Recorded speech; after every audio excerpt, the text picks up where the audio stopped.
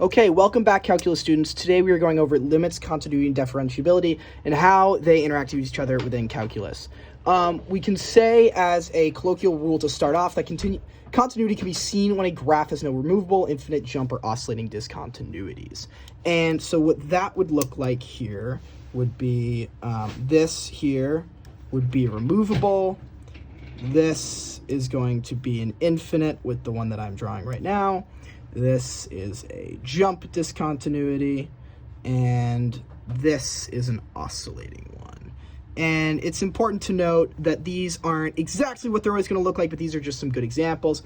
And we can also say that, as again, a colloquial rule, that something is continuous if you draw the graph, or the graph looks like it hasn't, the pen hasn't left the page. But that's not always true, and that means that we must show instead and use the limits to prove continuity.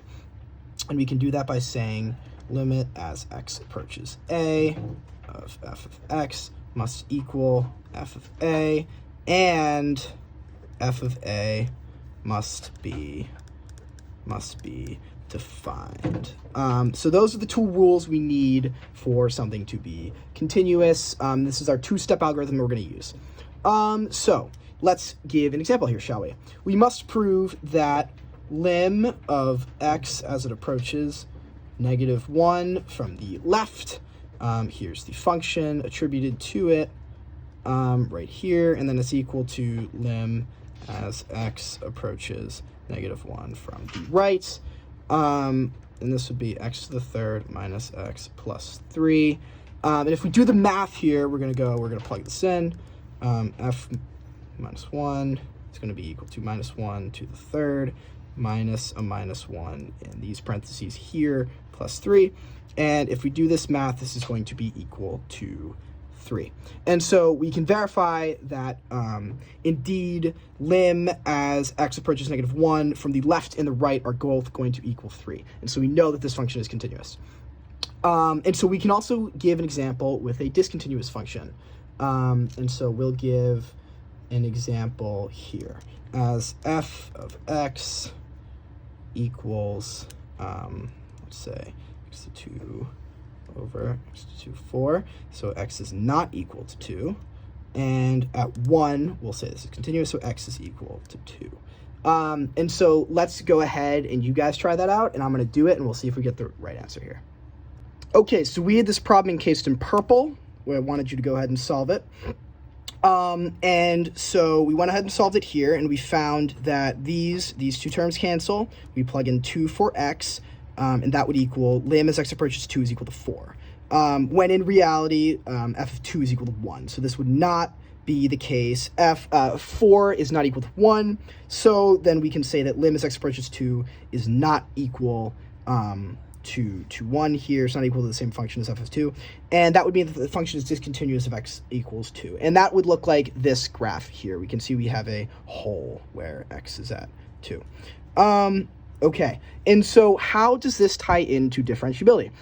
Using our new tools, and it's also important to point out that with these new tools, you cannot just, and a lot of students make this mistake, you cannot just look at a graph and say, oh, I didn't lift my pen from the paper, this must be continuous, because that is often not the case. There can always be mistakes when that happens. So you must always use our algorithm that we've pointed out here to try and find if the limit is actually equal using these rules here and the example. Okay, and so I've drawn some graphs here, and how can we use limits continuity in our everyday applications of calculus and differentiability?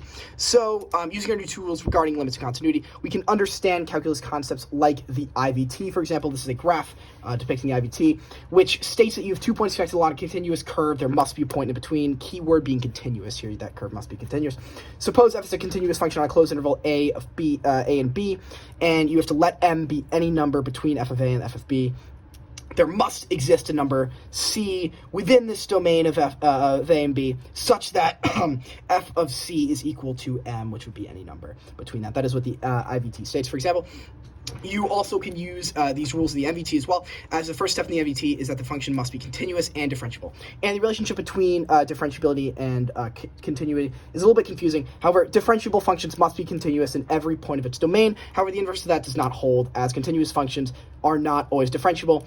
For example, some functions with a bend, like you can't make a vertical tangent line, or a horizontal, in this case, tangent line, and it fails to be differentiable at the location of the anomaly, but not over the entire function. And if we also look here, it's very difficult to get the area of a graph that is not continuous and differentiable. For example, in this case, it's not possible to do that. You can't find an area under an asymptote or a discontinuity using calculus applications. And so that is how limits, continuity, and differentiability apply in calculus, and I hope you can use limits, continuity to apply in your everyday calculus lives. Thank you very much for listening.